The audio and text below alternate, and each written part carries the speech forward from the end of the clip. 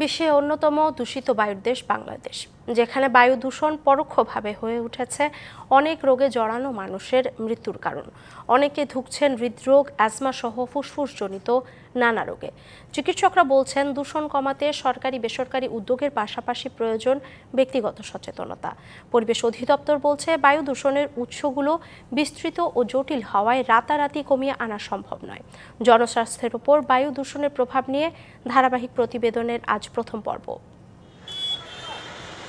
জীবিকার প্রয়োজনে প্রতিদিন সকালে কর্মব্যস্ত মানুষ ছুটছেন শহরের এ প্রান্ত থেকে অন্য প্রান্ত। তবে শহরের ধুলাবালি আর দূষিত বাতাসে অনেকেই হয়ে পড়ছেন অসুস্থ। দূষিত বায়ুর প্রভাবে শ্বাসকষ্ট নিয়ে হাসপাতালে ভর্তি হতে হয়েছে মিরপুরের লাভলিকে।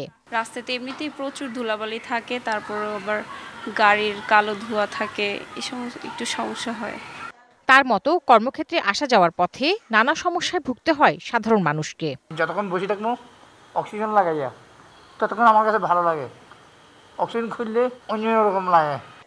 কালার এক্সপার্ট, জর্জ স্যাপ এবং মাইল্ড অন হ্যান্ডস টেকনোলজি সমৃদ্ধ অরিক্স ক্রিস্টাল ওয়াশ আপনার চিকিৎসকরা বলছেন, ফুসফুস সংক্রমণ, হৃদরোগ, হাঁপানি, অ্যাজমার মতো নানা রোগের পেছনে নীরব ঘাতক হিসেবে কাজ করছে দূষিত বায়ু। বাংলাদেশে বায়ু দূষণে জনস্বাস্থ্যের উপর প্রভাব বিষয়ে ফিনল্যান্ড ভিত্তিক বেসরকারি গবেষণা প্রতিষ্ঠান centre for research on energy and clean air বলছে, বায়ু দূষণ রোধ করা গেলে প্রতি বছর বাংলাদেশে 1,02,456 জনের মৃত্যু ঠেকানো সম্ভব হতো। স্টেট অব গ্লোবাল এয়ারের 2024 সালের প্রতিবেদন বলছে, শুধু 2021 সালেই দেশে 2,35,000 মানুষের মৃত্যু হার মানে বায়ু দূষণের কাছে।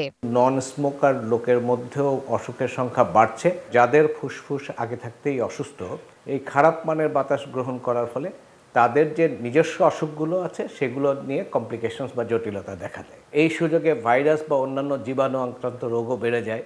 স্টেট অব গ্লোবাল এয়ারের 2024 সালের প্রতিবেদন আরও বলছে, 5 বছরের কম বয়সী শিশুরা সবচেয়ে বেশি ক্ষতির শিকার হয় বায়ু দূষণে। শিশুদের প্রথমত দূষিত বাতাসে সে এক্সপোজ হচ্ছে, যার জন্য তার কিন্তু বারবার রেসপিরেটরি ইনফেকশন বেশি করে হচ্ছে এবং যত বেশি ইনফেকশন হবে তার ফুসফুসের কার্যক্ষমতা কমে যাবে।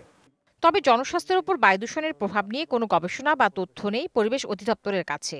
কর্মকর্তারা বলছেন, জাতীয় বায়ুমান ব্যবস্থাপনা পরিকল্পনা তৈরি করেছে সরকার। National air quality management plan তৈরি করা হয়েছে, একটি কম্প্রিহেন্সিভ। সেই জন্য আমাদের একটা টার্গেট দেওয়া হয়েছে যে কী পরিমাণ বায়ু দূষণ নিয়ন্ত্রণ করা হবে, এবং এটা খুব অ্যাম্বিশিয়াস টার্গেট। সবাই মিলে যদি এটা বাস্তবায়ন করা যায় তাহলে সম্ভব। দূষিত বায়ু থেকে নিজেকে রক্ষা করতে মুখে মাস্ক ব্যবহারের পরামর্শ দিয়েছেন বিশেষজ্ঞরা। বিভিন্ন জটিল রোগের জন্য দায়ী এক নীরব ঘাতকের নাম বায়ু দূষণ।